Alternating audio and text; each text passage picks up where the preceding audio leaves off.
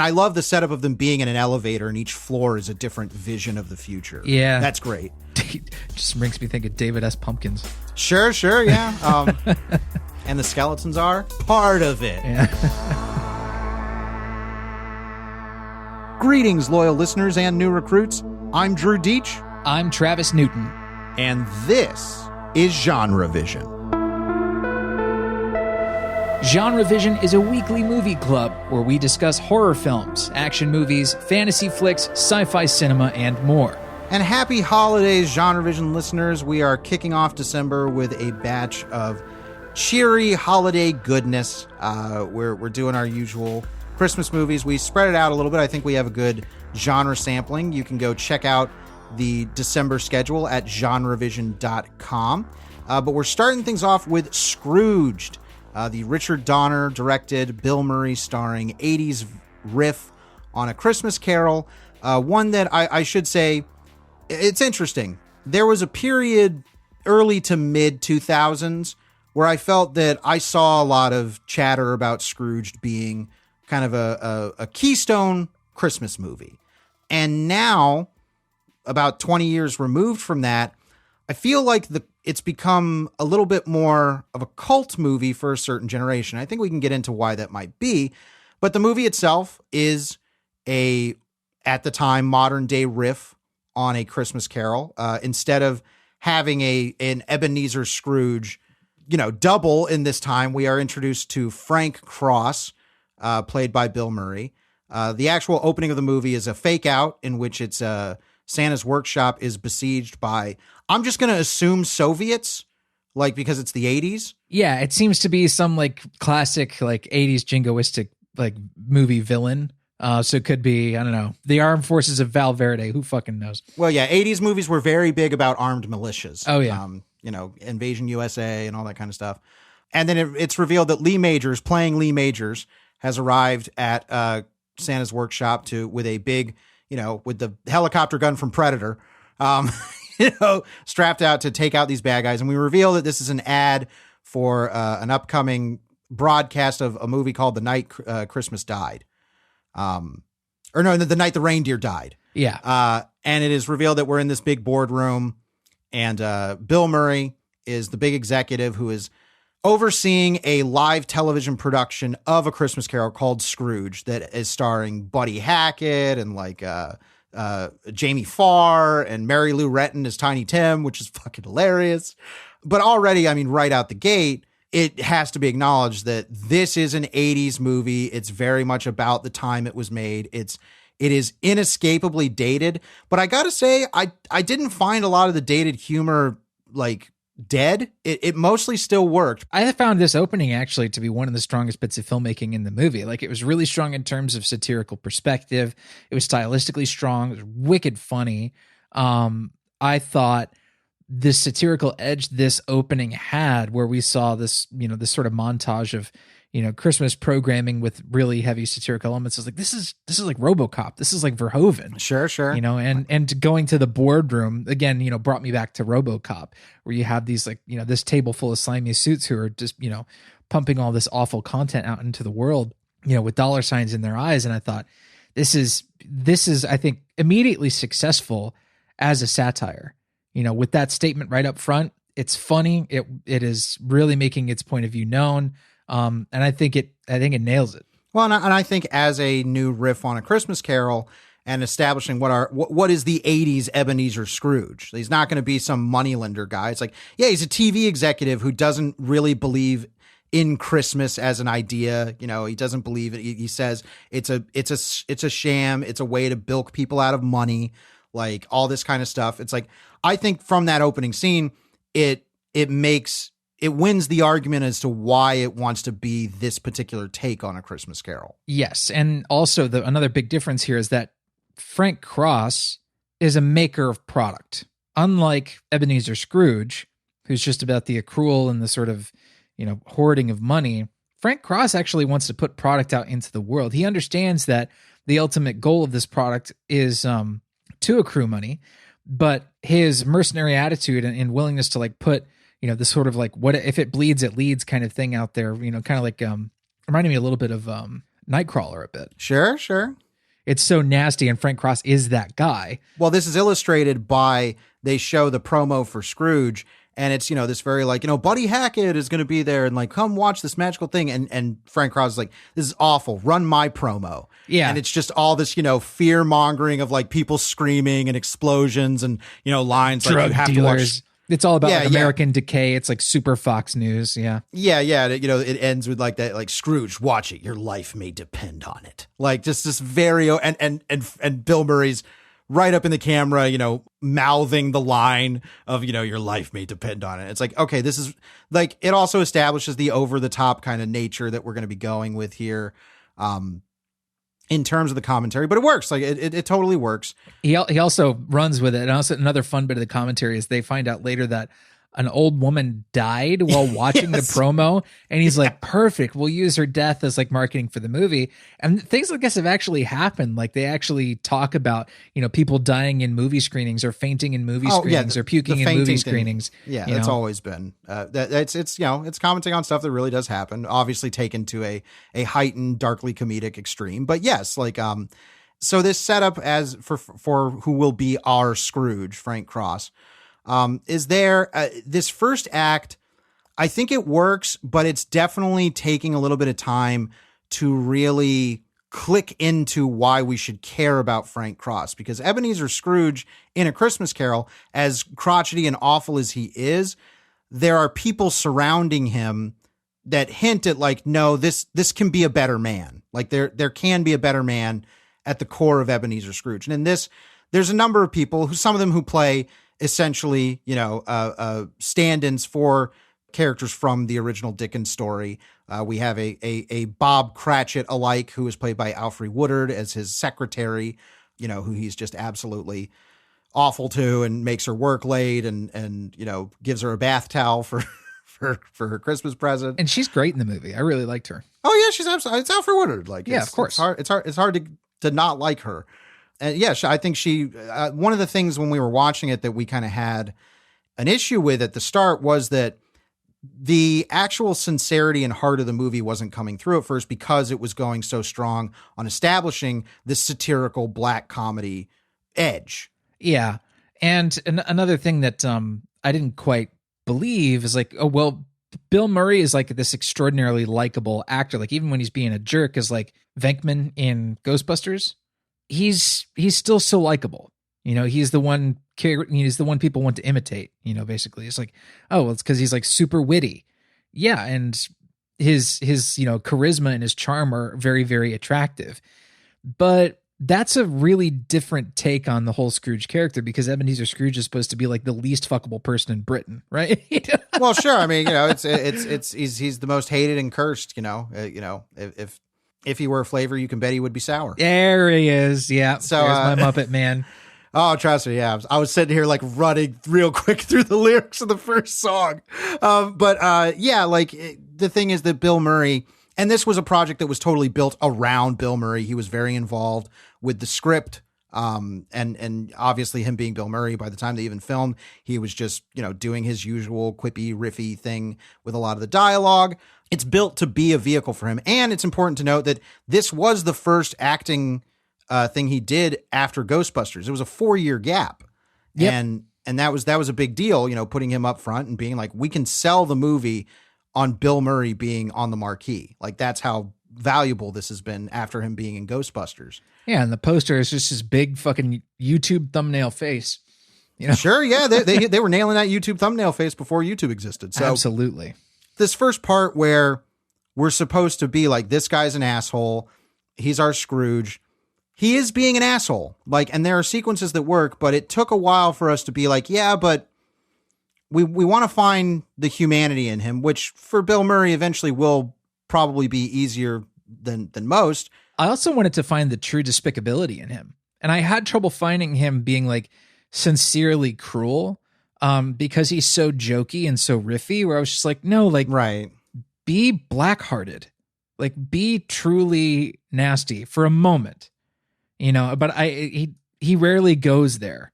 There are a lot of parallel moments between this and the original Christmas Carol story, including, lines and characters and stuff like that. And one that they didn't do that I think is one of the ultimate Scrooge's cruel moments is the, you know, if they're going to die, they better do it and decrease the surplus population. Yeah. Like there's never a moment in this first act where Frank is that callous. Like, he does bad shit. Yeah, there is the moment with Bobcat Goldthwait's character, and firing him, and, you know, not giving a shit about the character's, you know, fragility and like descent into immediate alcoholism, which the movie plays for a weird laugh. I will say that it does go beyond it, because when he fires him, he looks out of his office door and is like, ooh, a clear shot of his back. And then when he's actually being escorted off the premises, he's watching him be escorted off from his, you know, big penthouse office he's looking down at him with a telescope. Yeah. Well, he times it. He's like, 4 minutes, 43 seconds. That's a new record. Yeah. Like, getting them out of the building. So it's like,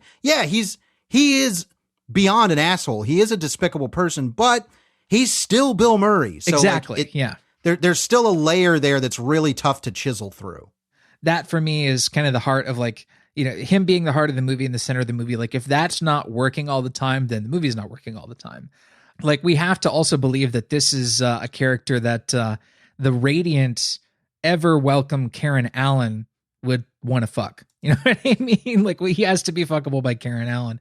So in some way, he has to be, like, you know, attractive and desirable and, you know, believable as this, like, kind of a handsome movie star. Well, the softness has to be more apparent at the outset than with the regular Ebenezer Scrooge, because Ebenezer Scrooge does not have a happy love interest in the original story. It's quite the opposite. And that, while they play that beat here in a way, it is going to be, it's like, well, no, he's going to get the girl in the end, because this is a modern 80s movie with Bill Murray, and we want people to leave the theater happy. Well, it's a Christmas movie. You know what? You know, it's got to have a big dance party ending. Yeah, I mean, I'm not going to get off on that tangent, but this whole first act is like, okay, it sets him up fine enough, and it actually gets into the ghost story part of this pretty quickly. Like, it doesn't hold off on showing what is our Jacob Marley, in this case, Lou Hayward, played by John Forsythe. I actually kind of felt that it could have come sooner, because there are several scenes of Bill Murray losing his shit. Like, he goes to a restaurant scene and he meets John Glover's character, who has been brought in to direct this Christmas special and is undermining his authority. That's later after that scene. Is it? Oh, okay. That's when the Ghost of Christmas Past is supposed to show up. Oh, right. Yeah, you're right. And he's anticipating it. Gotcha. Yep. No, because I believe Lou Hayward, again, our Jacob Marley, shows up before the 20-minute mark. Like, I want to say it was like 16 or 17 minutes. Yeah, that's not bad then. Yeah. So, and this being a Richard Donner movie, and this being a production, like, this is a big production, not only because they spent money. Yeah. Yeah. I mean, this they definitely spent money on this. I want to say it was like a 30 million or something. I looked it up earlier, but they spent money on it, and the effects on the ghost stuff, like Lou Hayward is great, where he looks like, you know, he's this rotting corpse of a man who's been to Florida golfing, and he's got like a golf ball and a rat popping out of the back of his skull. It's pretty great. Yeah. It's pretty great. Yeah. Like all the ghost stuff, because I think what gets forgotten a lot about A Christmas Carol is it's a ghost story. It's a horror story. Absolutely. And Scrooge does a really good job of reminding us about that, because everybody only thinks about the Ghost of Christmas Future being like, oh, that's the spooky ghost horror stuff. It's like, no, there's a ghost early on that's, you know, got chains and stuff. So this moment is really cool. They're up in his, you know, penthouse office, and Lou Hayward grabs him and pushes him outside of the window, which there's this cool optical effect. Yeah, him getting pushed through the glass and sort of like warping through it looks great.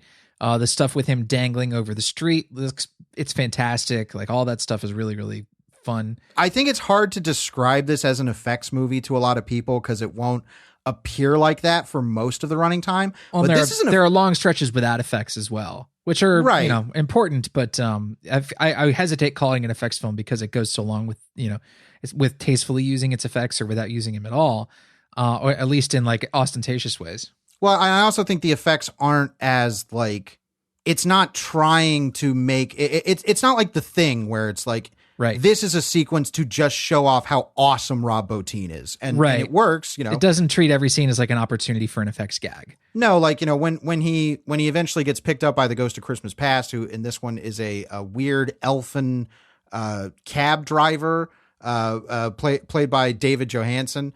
there's a moment where they pass through a car, at driving, and it's like, oh, it's just a quick effects moment. But it looks good. They Sure. spent the money right. Yeah, the opticals all look good. Dick Donner at this point was an experienced genre filmmaker.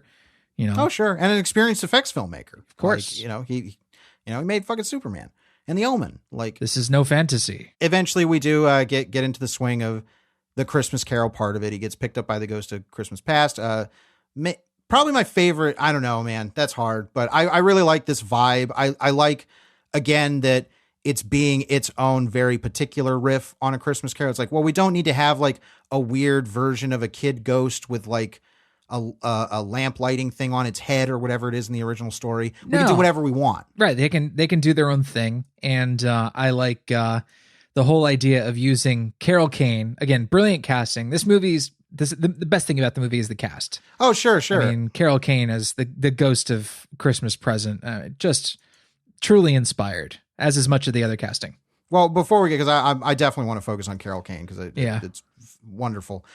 This Ghost of Christmas Past sequence in which we're going to go back and not have the exact 1-to-1 ratio of what happens with Scrooge in the story and what happens with Frank. Instead, it's like, yeah, we do see his family life where his dad, played by Brian Doyle Murray, brings home a Christmas present. It's like a pound of veal, which is really funny. Yes, and we see Frank is very much like the cable guy, just a kid who has been brought up in front of a television, sitting right in front of it. There's also a lot of moral commentary here about like TV rotting our brains and like, responsibility for what we put over the airwaves and that kind of stuff. Well, because there's a very funny moment.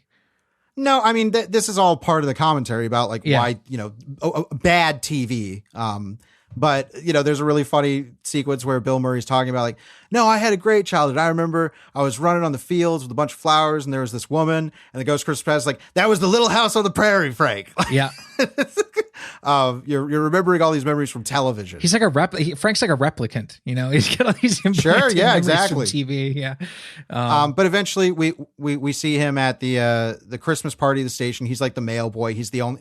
This is a very 1-to-1 moment with like the Fezziwig, yeah, stuff. Yeah, where it's like he's the only one who's he's worried about the cost of the party, and in this version it's that everybody's partying and having a very 60s party where there's like this really mousy cheery girl making photocopies of her butt and handing them out to everybody. Oh yeah, it's quite funny. I will say, but like before we move on from that childhood scene, like some of my favorite moments of Bill Murray's performance were in that scene where you see his reaction shot to seeing himself as a child and he cries, like Frank Cross cries, Well, it's set up where the Ghost of Christmas Past is like, oh, you're going to see your mom, and it's going to be Niagara Falls, buddy. He's like, Attila the Hun, Niagara Falls when he met his mom.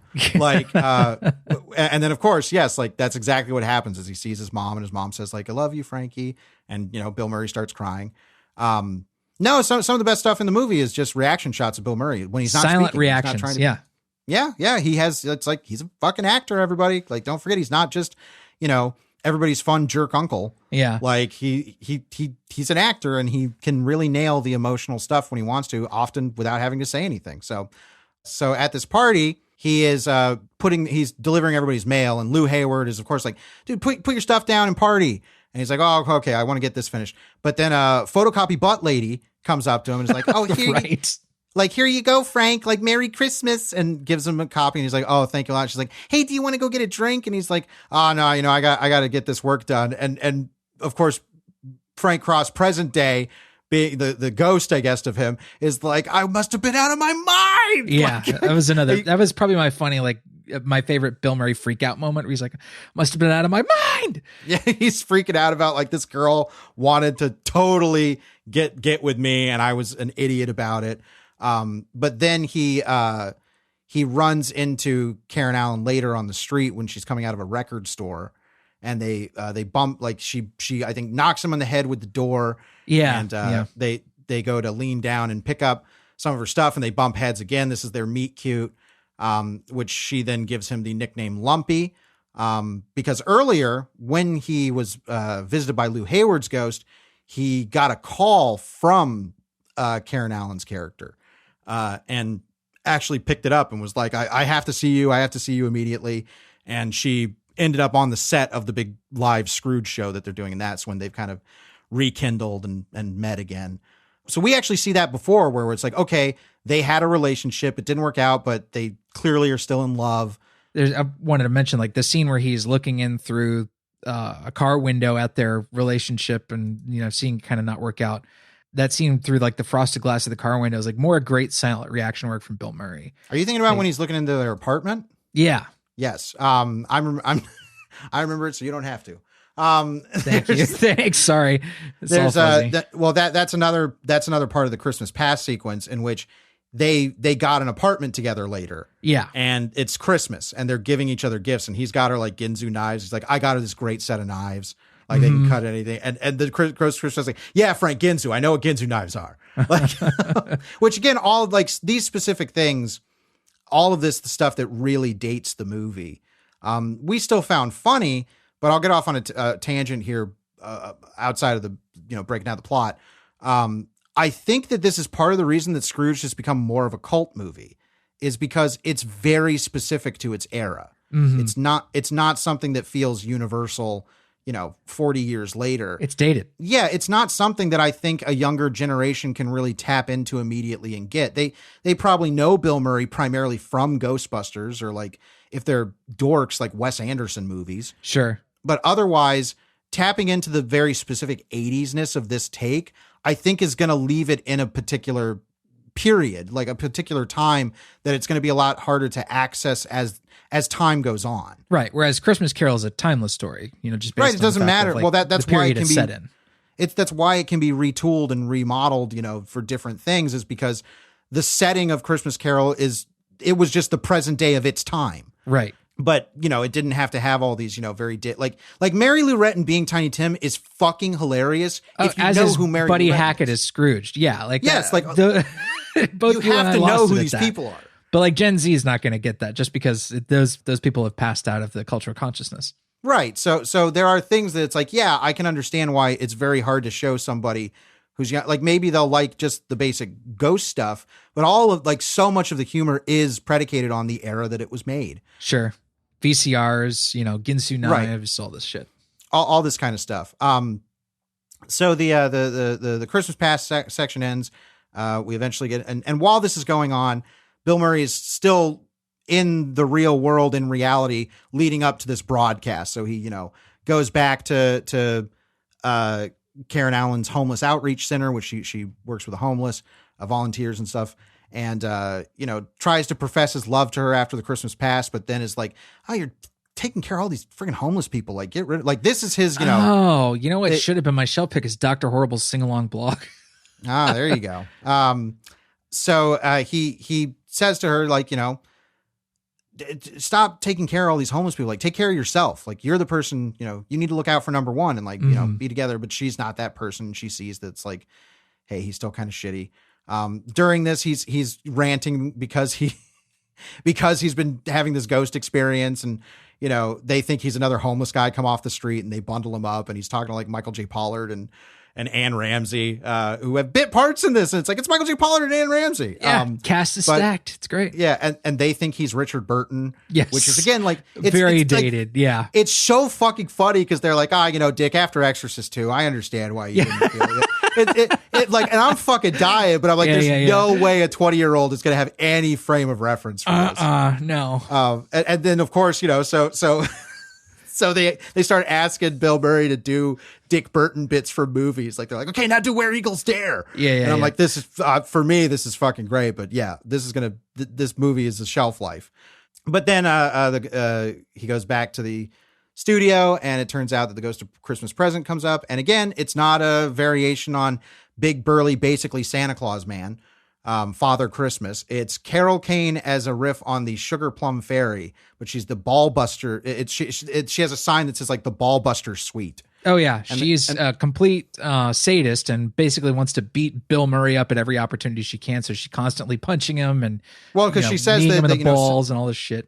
Well, because she says that some people you have to slap them to make them realize what's really going on. Like, I know Sean Connery said it so much more succinctly, though. Sure. This is the revenge of all the women Sean Connery slapped. There you go. Is Carol Kane, who is just fucking hilarious. Like, I mean, obviously her Carol Kane is and from what I read, apparently she was she was very, very like not happy and had some moments of crying because like she didn't like doing the violence and she was really hitting Bill Murray a lot of times. Oh, wow. Yeah. I mean, I see it. Yeah. Oh yeah, I mean there's some of these. It's like that ain't a stage. That's a slap. That ain't a she's stage. She's pretty slap. rough with him. Like she's tugging on his lips and shit. You know, that was the one that she said that she tugged on his lip and apparently it like cut him open and they had to stop and all this. But like Bill Murray was very much like, this is what you got to do for the piece because it's the funniest thing. And Carol Kane, like again, not having to do just a riff on the classic Christmas present ghost is like, let's do a weird warped Sugar Plum Fairy who's kind of a sadomasochist because like at one point Frank talks about like, oh man, I'm gonna clock you one or something. She's like, you know, I like the rough stuff, Frank. And it's like, oh my god, this is so funny. Yeah. But this is the Christmas present, so you know he goes around Christmas Day. We have the parallel scene of him going to in this case it's his brother as opposed to Scrooge's nephew, and they're having the big Christmas party. And of course, you know, they're playing Christmas games, and he can play and know the answer, but doesn't. Guess who's there but Joel Murray? Joel Murray's there, yes. Surprisingly not playing Frank's brother. Yeah. Which is like, what? There's another actor playing that, but you know, he toasts his brother and says like, yeah, you know, my brother, I love him. Like, you know, and everybody else is like, he's never here for Christmas and he seems like a scumbag, but his brother loves him. And, you know, again, great reaction shot from Bill Murray. Mm-hmm. We see our Tiny Tim equivalent, who is Alfre Woodard's son, who instead of, you know, having some kind of visibly physical ailment, is that he seems to be mute. Like he's a certain age and he hasn't spoken. Yeah, he lost the ability or lost the desire to speak after seeing his father murdered. Right. And so this is our Tiny Tim equivalent, and Frank takes a shine to him saying like, oh, you know, something's up with him. And I think there's supposed to be some connectivity of seeing Frank as a kid as kind of being like a, you know, weird, quiet kid who just sits in front of the television. Mm-hmm. What else do we see during the Christmas present sequence? I'm trying to remember. Oh, we see one of the homeless people from the shelter frozen to death in a storm drain. Yes, Michael J. Pollard. Yeah, this is like the shocker of the movie for me. Like this scene is so scary. Seeing his frozen body there is like, ugh. I mean, I can see an argument that the Lou Hayward sequences have moments of genuine horror. Like, I think it's still being played pretty, and even in this sequence, you know, Bill Murray's still doing his Bill Murray shtick. Sure. But this sequence is like, oh yeah, there is a, you know, the last time we saw Michael J. Pollard's character, he was asking Dick Burton he's like, can you give me $2 so I can get my heat on? Right. And Bill Murray doesn't give it to him. And so the next time we see him, he's sitting under, you know, in some sewage drainage area under the ground, and he's completely frozen, smiling, holding a watch. And it's a really surreal, creepy image. Like, oh yeah. And Bill Murray does a great job with the performance in that scene. Yeah. And I think it's one of the first moments of real horror in the movie, because the movie will go to horror by the end of it. Oh yeah, for sure. Yeah, they do a great job with the horror stuff. It kind of reminds me stylistically of Tim Burton light. And that's easy to say because there's and it's not the only reason. The reason you're trying to say is that there's a Danny Elfman score here, and it's like very, very Danny Elfman 101. I mean, the first things we hear on the score are just la la la la la la, yeah. Which is oh my god. Yeah. But it's a good score. Yeah, I mean, it's a good score. It's Elfman, so you know he's not going to just like, you know, sleepwalk through it. It's going to be decent at the very least. But I mean, it's just some of the staging of scenes and, you know, some of the images and the kind of general spookiness and holiday vibe just remind me of how Burton would have staged some of these things. And it's not like I think Burton would have, you know, taken cues from Donner in this regard. So I think some of the more surreal stuff later on is very, very Burton. Like there's a Ghost of Christmas Yet to Come sequence that's very heavily art directed and kind of gothy in a Burton-esque way.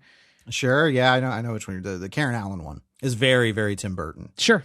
But yeah, so eventually we do get the Ghost of Christmas Future sequence. And in this, Loudermilk, the character played by Bobcat Goldthwait, who was fired at the beginning and has become just every time we see him, he's trying to drink alcohol, but, you know, his bag breaks and the bottle breaks and a car drives by and splashes water on him. And he, you know, faints into a pile of trash. And he's just this absolutely, I mean, and knowingly cartoony, over the top, sad sack of a character. Yeah. Looking back, like, because those are when you were like, why are they making the Bob Cratchit character this goofball? It's like, well, he's not really Bob Cratchit character. There's not really a parallel for Right. him in the original Christmas story or Christmas Carol. And he ends up, I think the reason they went so goofy with it is so by the end, when he is breaking into Frank's office with a double barrel shotgun trying to kill him, it doesn't come off as dark as it is because like this if you is were to dark. if you were to just read the screenplay, like as far as, reading what events take place on screen in the movie, it would come off as like really dark. Much darker, yeah. Yeah, much darker than it finished actually product. is. So this movie has to ride a fine tonal line, and I don't think it always stays on course in every scene. It's a little adrift sometimes. I don't totally disagree with you, but I think part of that's aging. I don't think the tonal stuff is aged as well. I think at the time probably because now somebody shooting up an office, no matter what, is like you just can't. Those kind of jokes aren't really going to click anymore. No, like, they've aged, and it's of course not the movie's fault, but those jokes, those kinds of scenes have. Yeah, so I mean, I was watching a Mystery Science Theater 3000, and there was a postman character, and the first joke they go to is like, "I'll show them all," like the deranged postal worker, right? Yeah. And it's like, yeah, that kind of stuff is not only fallen out of fashion, but it's a lot harder to make funny. Mm-hmm. I'm not saying it's impossible, but it's just not something that people like in the 80s, you could make those jokes ad nauseum and people would always find them funny. Like, somebody, so this arc with Bobcat Goldthwait's character, being disheveled and, doing his Bobcat Goldthwait voice, being just like, oh, you fired me. Nails on a chalkboard to me. Yeah, man. you're not into that. No, not one I bit. can vibe with it depending. It's nothing against Bobcat Goldthwait personally, but that fucking shtick just never worked for me. I mean, so he's shooting up the office, and Frank is able to dodge him and get into an elevator, and that's when he runs into the Ghost of Christmas Future. Well, actually, earlier there's a fucking baller scene in which Frank is in his office and he has this giant wall of TVs, and we see the Ghost of Christmas Future skull face appear, and it takes over all of the screens, and then a gigantic skeleton hand reaches out covered in goop about to grab him. Yeah, this is incredibly dope. Yeah. Oh, it's I'm actually kind of mad at the movie for not taking us right from that point into the future stuff, because that's when Bobcat Goldthwait shows up and shoots up his office, and we have to wait a little bit longer, just a little bit, to get the Ghost of Christmas Future stuff. So, he falls into the elevator, and the Ghost of Christmas Yet to Come is there, and he's, of course, a gigantic, bulky, Grim Reaper-looking dude, which is the most in line with the original story, but the twist that they have here is that his face is a television screen. Yes. Which and is he's also got Freddy Krueger body from like Nightmare 4 or 5. Right, yeah, Nightmare for the Chest of Souls. Yes. Yeah, because earlier Frank ran into the guy playing Christmas Future for the television broadcast and thought it was the real ghost. Right. But so when he runs into this guy, he thinks it's the guy, he thinks it's the actor again. It's like, Uh-huh. oh yeah, you look really good. And then he opens up, his chest, and he sees there's just a rib cage with all these puppeted screaming faces. Like, ah! And he's like, did our guys do that? Yeah. It's pretty fun. Hey, but no, you know what I'm going to probably put this as one of our images in the post on GenreVision.com. But that chest of souls is one of the featured images of the Japanese poster for this movie. Which I'm going to send to you right now, by the way. Of course, that's how they would try and sell that to the Japanese. Like, that's so, like, absolutely perfect. I mean, it's look like, at this. Yeah, it's fucking great. It's got Bill Murray at the bottom left corner laughing and pointing, and there's a big bolt of lightning coming out of his finger, and that's going up into the Chest of Souls thing, and then there's a giant clock over that, and then there are 3 Carol Kanes floating. Hey, what's better than 1 Carol Kane? It's 3. Oh, yeah, 3 times the pleasure, man. Yeah, so this sequence, this is the most truncated of the sequences, and to find out, at least by the one of the final shooting drafts, was planned to be that way. And it's probably the section of the movie that I wanted more of, because obviously there's going to be more horror, but I also felt that they take bigger stylistic swings too, like the whole Burton-esque sequence. Right. Well, this is when it gets weird with the world. Yeah. Because past and present, it's like, yeah, there's transitionary things that they'll do to get from one place to another that is magical. But this being the future, they don't, lock in on like, and now here's the technology of the future or whatever. Instead, it's this very, very weird kind of alternate world. Mm-hmm. And so one of the things that he sees is Karen Allen's character, and she's become this like weird corpse-like socialite She's got, this is the very Tim Burton where she's just got this like white pancake makeup on and sharp rose red lips and like very stagey wrinkles in the makeup. Sure. It's very Beetlejuice. And and she's talking to these they're having like a dinner with some other women, and these homeless people show up, and she's like, "Oh, get that riffraff out of here. I'll tell you, the best thing someone ever told me was to scrape those people off." And this is the stuff that he said to her at the homeless shelter. And, that was the best advice I ever got. And then, of course, we have to see the he's dead moment, which, in the original version, there's a moment, the moment they kind of skip, the parallel moment is the men talking about Scrooge's death and saying that everyone's glad he's dead. That's not really in here. Is there another future sequence besides his burial and Karen Allen? There is no burial depicted in the movie. There is a cremation depicted. Well, you know what I'm talking about. Like, is there another scene scene besides I don't believe two? So. I think it's only those two. And so again, and he sees that there's this big, weird kind of marble room, where, he believes that it's his brother's coffin because his brother's, wife is there. And he's like, "Oh my gosh." Like I can't believe it. And then his brother walks in. He's like, "Oh, there he is. Hey." And then, of course, realizing like it's my coffin, and they put it into the incinerator, and then he's warped inside the incinerator. And I want to live, I want to live, Clarence. Yeah. If my eyes don't deceive me, we actually see Bill Murray's feet get put into actual fire. So they would have had him basically doing Possibly. a fire gag. Yeah. Good that on would him. have been something that would not happen today. So. Oh God. Well, they wouldn't even have real fire. No. So, they still haven't licked CG fire. It all looks fake. Yeah. So then this is his big, revelation. And instead of, leaning out the window and asking a kid, what day is it and all this, he immediately is warped back to where Bobcat Goldthwait's character is. And he's like, I'm going to hire you back, and I'm going to give you a raise and all this, but you got to come with me. And so Bobcat Goldthwait holds the broadcast room hostage with his shotgun while Frank decides to hijack the live broadcast of Scrooge. Yeah, there is a broadcast intrusion event. It is again one of these things that like is tonally so weird because it seems good-hearted, but like today there's like, oh my God, this is again drenched in like so much odd aging through no fault of its own. Well, I mean, you were able to find a copy of one of the later drafts of the script, which seems pretty close to the shooting draft. Yeah, there are a few sequences that are different, but yeah. Yeah, but this moment, was always planned, and there's lines that are in the final version, but so much of it is Bill Murray riffing. It's his riff on the like, let's be good to each other. That's it. Like that's the whole big message of the movie at the end is like, hey, it's Christmas. It's the one time where, we smile a little easier and all this.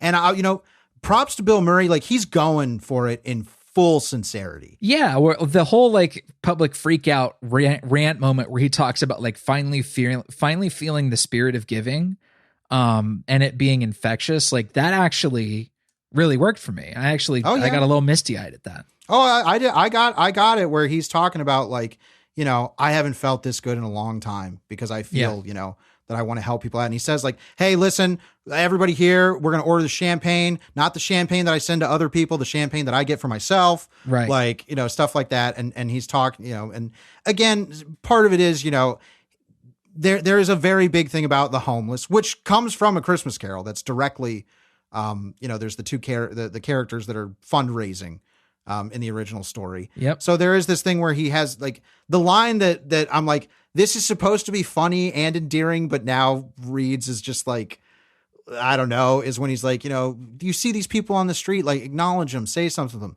give them a sandwich. Like the give them a sandwich line was like, okay. Yeah. Yeah. I think your, white privileged guilt is being a little too glib right now in this moment. It does come off as a little glib, the whole in the time since this movie comes out, the whole idea about like rich people being philanthropists versus the kind of social programs we actually need to be funding, like that whole conversation has changed. Oh, sure. That has aged again through no fault of the movie. No, but I mean, and this is where the movie ends, which is interesting. It ends on Bill Murray, leading a sing along of Put a Little Love in Your Heart, I believe. Yes. And, think of your fellow man, like this kind of thing. And it ends with a fourth wall breaking moment of Bill Murray asking the theater to sing along with him. Yeah, and we get the Tiny Tim moment, which actually works. I found it to be, genuinely touching. Yeah, in this movie. Alfred Woodard's kid speaks and says, like, you forgot to say, "God bless us, everyone." You got to hit that. Got to hit that note. Well, of course, kid knew it. But this moment of like asking the theater to sing, I don't know. I feel really weird about it. Like it's not good or bad. That to me is it goes a little overboard on Murray's whole approach to it. It's a silly swing, but he is asking people, like, if I fully believe in full sincerity, like, to join him in feeling the spirit of Christmas and feeling the spirit of giving. Like, I get it. You're not going to catch me singing, but no. I mean, I get I'm sure if you were in a movie theater and that happened, magical, like absolutely magical. Like I'm sure. But it's another, like, as an end point for the movie, it's another reason where I'm like, this will always be around. Scrooge will always be there. There's, a billion Christmas movies, and all of them are somebody's favorite. And Scrooged is one that I should say both you and I had seen this once before, but I can say I didn't have the greatest memory of it. Both like remembering what happened and also, my feelings about it. I remember like, I think I liked it. It was okay. Yeah, it's okay.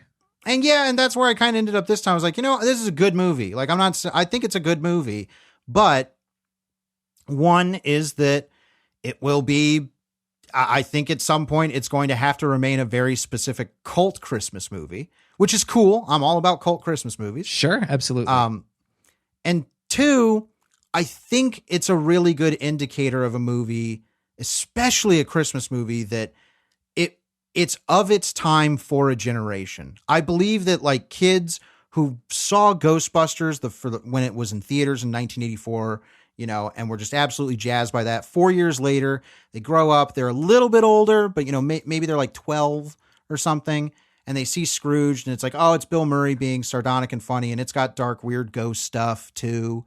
I understand why this would make an impression on that particular generation, but that's kind of, in some ways, I feel where it ends. I'm not saying that people shouldn't watch Scrooged or discover it, but I think part of its magic is its specificity. Yeah. And that is the reason I think that Scrooge will still have a place at the table, for famous Christmas movies. But I think the basic formula here of Bill Murray starring in a already known sort of Christmas story template, like that is enough to attract a crowd. And I think that's again the primary reason for the movie's success. It's the reason it's got this big fucking mug on the poster, like it is the Bill Murray Christmas movie. Yeah. And that I think is enough for it to work, and that's fine. Again, this is if we were to use Drew's Letterboxd rating system, this is like a 3 stars, no like for me. It's like, yeah, it's fine, on all the levels. But it's not something that is going to be a regular watch for me. I still think it's okay. For me, like most of my problems with the movie relate to like me not believing Bill Murray as an Ebenezer Scrooge type. Like I was just, I don't believe this guy as this kind of character. That's my real, I guess, problem. If there is a problem with the movie, it's that.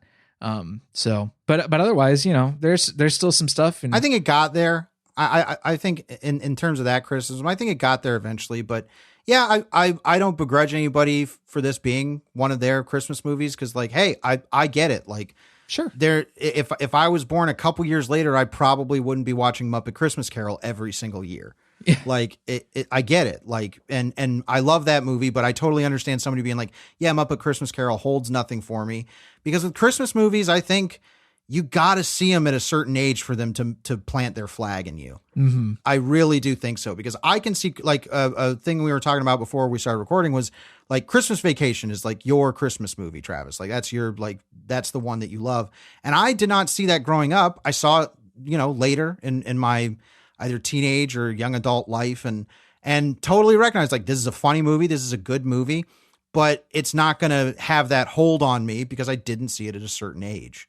So something with Scrooge is like, yeah, if you were a kid at just the right time to see this and it be maybe your definitive version of the Christmas Carol story totally makes sense to me now, like having watched it. But I do think we can hop on over to the shelf, where we will pick some movies that act as good pairings or substitutes for our main topic. And we encourage you, listener, to go to GenreVision.com and comment on the post for this episode with your own shelf pick, because the shelf is this thing that we are building together as a movie club. It's this wonderful array of movies that we want y'all to check out, and you want us to check out. So if you do leave your own shelf pick for Scrooged on the post for this episode at GenreVision.com, we will feature it on next week's episode. Travis, what are you going to pull off the shelf for Scrooged? Well, sometimes this wonderful array of movies contains some ones that are a little sticky. And sometimes we pair them with this week's movie for reasons of this week's movie actually being a more acceptable or more palatable version. So I couldn't help but think about the kind of protagonist in a story like Scrooge done with like real, actual, like nasty malice. And I know was where thinking, you're going. I was thinking Vic Morrow's character in Twilight Zone, the movie. Yep. So this tale, A Christmas Carol, is a genre moral tale that is actually quite similar to something like a Twilight Zone story. So this story of this character being taken through time and seeing his views and his actions and the words that he uses put in an entirely new context is an extraordinarily affecting and very blunt and obvious moral tale. Now, it also has to be said that the production of this was severely, criminally, I believe, mishandled by director John Landis and others. And it caused the onset death of Vic Morrow and 2 children when a helicopter crashed down on them. That being said, like Twilight Zone, the movie as a movie, like the other segments, if you just take the other segments and don't view the John Landis one that I'm talking about today, they're pretty decent. They're a fun watch. George Miller's riff on Terror at 30,000 Feet, I think it is, like that's awesome. That is so fun with John Lithgow. Yeah, Nightmare at 30,000. Yep. And then, of course, the Joe Dante one with the kid who controls It's a Good Life. his parents. And like, yes, that one's awesome. The Spielberg one is corny, but at least it's short. Yeah, there's a really, really complicated history with this that you and I don't have the time to dive into today. No, all I'll say is a controversial take. I really like the Twilight Zone movie. And I know that's tough. Merry Christmas, by the way. It's got a really sticky moral history to it. Like it's a hard movie to like now that we know what we know about it. Yeah, but I like it. I really it's a cornerstone movie for me, certainly. As far as an effects film, like it's got some incredible shit in it. Well, for me, I mean, my love of anthology storytelling, my love of the Twilight Zone. You know, I'll just say this because somebody will say, watch a Night of the Meek episode of the original Twilight Zone, great Christmas episode. Mm-hmm. But yes, I have quite the adoration for Twilight Zone, the movie, but that comes with the knowledge of, some horrible shit happened on it. But guess what? A lot of the movies you like, horrible shit happened on. I'm not saying, that forgives what happened at all, but it doesn't. No. I think it's an important lesson to learn about your relationship with art is how do you contextualize these things? How do you approach them? How do you reconcile them in some ways? Like because if somebody says like, I can't watch Twilight Zone, the movie because of that incident, it makes total sense. Like, yeah, you can't reconcile those two things and that's okay. Like that makes utter sense. Yeah. It's a really painful amount of cognitive dissonance. And like, I do not blame people for wanting to, avoid that or not have that in their lives. So if you don't want to watch Twilight Zone, the movie, or if you don't want to watch the John Landis segment of Twilight Zone, the movie, that's perfectly acceptable. And I get it. There's so much about the filmmaking in that one that is rendered moot by Landis's mismanagement of people's lives, and the kind of violation of trust that is. But it is nevertheless my shelf pick for today. Drew, what are you pulling off the shelf? Well, another movie that probably a lot of people won't want to watch because it makes them feel terrible, and is also another Christmas themed big blockbuster star at the center movie. This is Jingle All the Way, starring Arnold Schwarzenegger. This is another one that I grew up with. I had it on tape whenever it came up, so I immediately had a soft spot with it. It's produced by Chris Columbus. People forget that. And we watched it, I think, a year or two ago and you had seen it for the first time. Yeah, you and Danny and I watched it together last year. It was my first time watching it. We did a synchronized remote watch of it together. And man, that movie's wacky and dark. Yeah, I totally understand why it's like grating and bizarre to a lot of people. And that's part of the thing that makes it really interesting to me. Yeah. It's a weird movie. Jake Lloyd's best movie. You know, you may not be wrong. I'd have to look at some other credits, but it's very possible. It's very stereotypical, you know, business dad who doesn't have time for his son. And I don't even know what it's trying to say about like Christmas commercialization. Like it's trying to be satirical about it, but it's also like really leaning into it. Like the appeal of it. It's like it's like a weird appropriation of the whole Cabbage Patch craze, you know. Sort of, yeah. I mean, and it's just the Tickle Me Elmo thing, you know. Talking about another comparison to Scrooged, an element that is aged terribly poorly is the deranged postal worker character played by Sinbad. Yeah, Sinbad, who continually threatens that one of the packages he has is a bomb until one of them actually ends up being a bomb, and he didn't know it. He's like, man, people are sick. That character is a whole nother can of worms I can't open right now. Because I could talk about that entire thing, but I actually have. If one thing, I won't call it a saving grace because I like this movie, but something that I think will be a saving grace for people and is totally worth seeing is Phil Hartman in this movie. Yes, so goddamn funny. Like, and he's funny because he's playing he's playing the neighbor of Arnold Schwarzenegger's character, who is apparently just like absolutely lusted over by all the women in the neighborhood. He's like the perfect husband and very sensitive and very progressive. He's a single dad. Yeah. And he only has eyes for Arnold's wife. And he's continually trying to mac on her. And he has so many funny moments. They're so fun. And he's just the most white bread guy. Like my fucking favorite line is he's got Arnold Schwarzenegger's wife. I can't remember who's playing that actually. And they're in a car and she's like flustered because something's going on. And he goes like, oh, you need to calm down here. Have some non-alcoholic eggnog. Yeah. Like just like the most, he's like, this guy is so fucking boring, but like every woman on the street wants it. And it's Phil Hartman. So like you can just go to a close up of his face and his facial expression will make you laugh. Mm-hmm. Like he's so funny. So Jingle All the Way. It's one that I think because the generation that grew up with it has grown up. Now they're trying to, you know, do what I'm doing essentially and giving it reappraisal. It's not a good movie, but I really like it. Like it's really out there in a lot of ways. And it's Arnie. Like I think Arnold is, you know, can be pretty captivating in most stuff, especially when he's making a fool of himself. So Jingle All the Way, maybe give it a watch this Christmas. I don't know. Let it jingle you a little bit. Let it jingle your bells. But let's head over to the listener shelf picks on last week's episode on Last Night in Soho. Eric Fuchs had John Carpenter's Christine, which I recently watched and very much enjoyed. Not for the first time, I revisited it. But Mr. Milksteak had Jacob's Ladder, The Neon Demon, and Black Swan. Nice little melange there. Wall Drumpus went with Censor, which we had said. So thank you for picking that. Also, everybody watch Censor. It's one of the best movies of the year. Stephen Nesbella went with Identity, the John Cusack movie. Which I have a fun story about, but I'll have to talk about it another time. Dwight Egan Sora went with Scandal from 1989 and the BBC series Life on Mars. And last but not least, Pale Fire went with The Witch. Some more Anya Taylor-Joy for your life. Thank you, everybody. Really love having the shelves every week. It's one of the highlights of doing the show, and I'm very much looking forward to what y'all pick for Scrooged next week.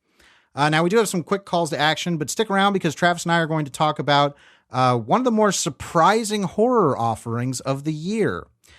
So if you love what we do here on GenreVision, we would love it if you would go to the Apple Podcast Store and give us a rating and review. We ask for this every week, and I'm sure to loyal listeners, it's very tedious. You may have already fast forwarded through this section, but we do mention it every week because it matters. This is not something that we're just, out here trying to shill for ourselves. These things are important in the podcast community.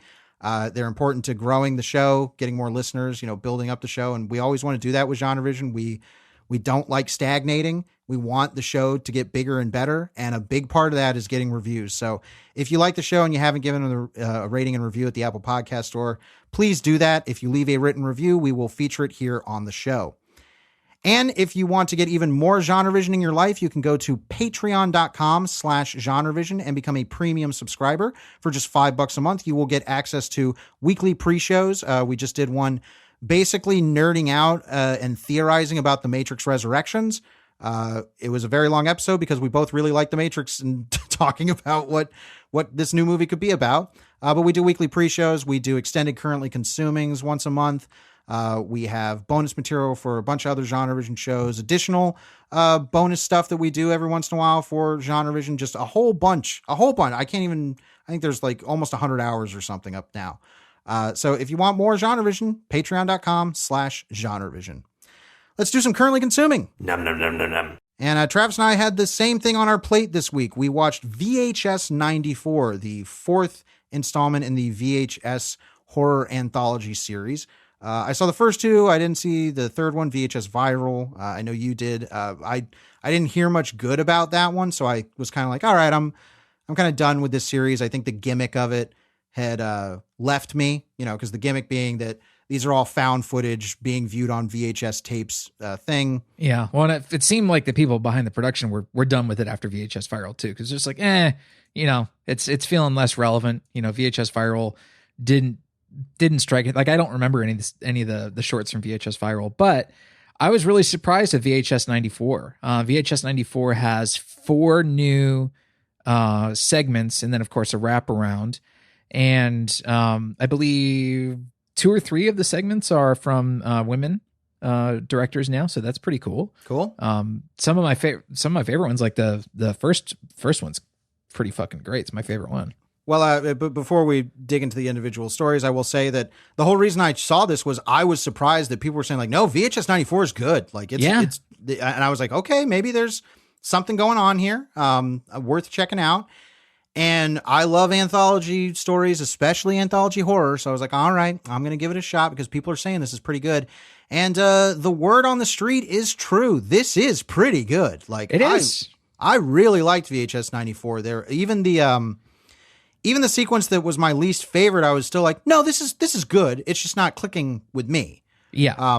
So the first sequence is about a news reporter who has heard that there is this mysterious rat man living in the sewers. There's some parody stuff of like the Leprechaun video that they do, all that kind of stuff. But they eventually end up going down into the sewers and find something that's, we won't talk about it, but all I will say is it goes in a direction I was not expecting. Yes, and a really there's fun some really fun effects as well. It's tonal control of being genuinely creepy and actually funny is really good. Yeah. Oh yeah. The last scene of that one has a really great howling homage that I liked a lot. Sure. And I don't know if you stuck through the closing credits, but they did something pretty cute with the all persons living or dead text. Oh, interesting. Which I always like. The second story is from Simon Barrett. This was probably my favorite, but I can see it being people's least favorite because it's the most simple in the whole thing. It's a simple atmospheric spook house kind of thing where it's a whole bunch of security camera footage from a wake. And there is like a new employee who is being asked to at this funeral home sit there, or let's like a viewing, and it's like nobody shows up because there's a really bad storm. And so there's some fun stuff that happens with this supposed body in the casket. I don't think it's a spoiler to say one of the first things we see, is the casket on the stand. It's a little crooked. Yeah. They do a good job. Like, did you bump that? Yeah. Did you bump that? And then there's some stuff that there is somebody who does show up, and I love what they're used for because it doesn't really tell you anything. It hints at something that's really cool. And then it becomes a very fun, spooky, the effect that's going on in it is really fucking cool. For sure. The third sequence, which I'm almost certain is the longest, is a point of view one from I don't know if I want to spoil that, but it's a point of view one. And the main character that we're seeing a lot is this apparently fugitive doctor. Yeah. Who's like this, I don't know, visionary, in the like mechanical prosthetics field, and so he's lost his mind. So he's trying to make cyborgs basically, and it's all from a cyborg's point of view. And we won't say any more than that. But it goes on for a long time.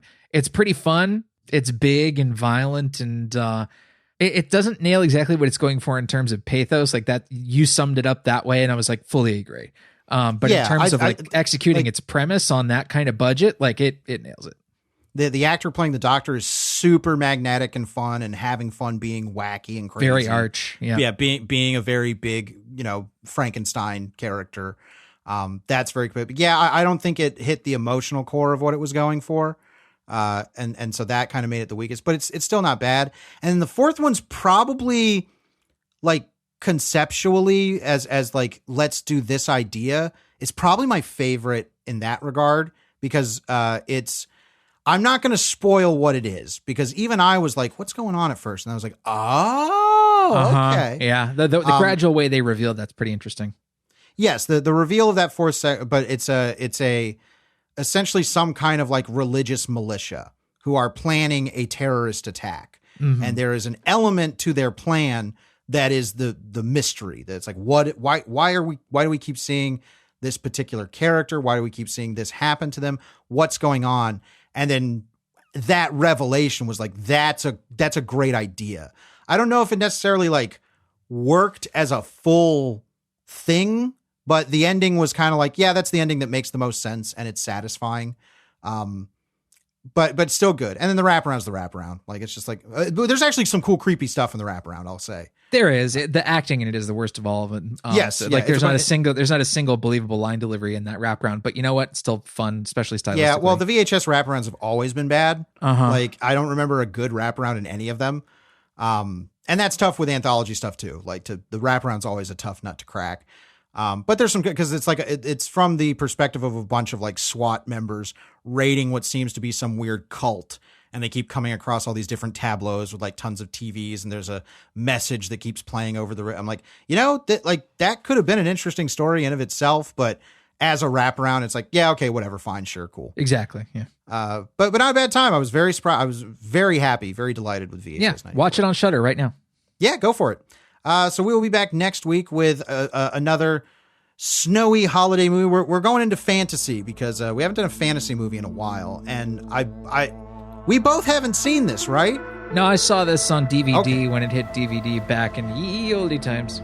Okay, I have never seen this. This is the Chronicles of Narnia: The Lion, the Witch, and the Wardrobe, a fantasy kickoff and franchise that nobody seems to talk about anymore, that has completely died in conversation. But if any of them have any fond memories, it seems to be for this initial entry. Very familiar with the C.S. Lewis books. I think both Travis and I had the collection of whatever the 6 books were. Yeah, it's the popular paperback editions for whatever our generation was. But anyway, right. So looking forward to doing this. It's I'm interested. I mean, I'm going in extremely blind. Like, yep. I know very little about it. So I'm going to be interested to see if this was, because obviously this was a post Lord of the Rings grab by, I believe it's Disney. This is a Disney franchise. It is Disney, and they had to work on it and all that sort of stuff. So sure. I'm totally fascinated. I'm interested. I'm very interested. We'll see how it goes next week. We hope you'll join us again for the Chronicles of Narnia: The Lion, the Witch, and the Wardrobe, as we continue our holiday extravaganza celebration. As always, we want to thank you so much for listening. I'm Drew Deitch. I'm Travis Newton. And we will see you next week right here on GenreVision.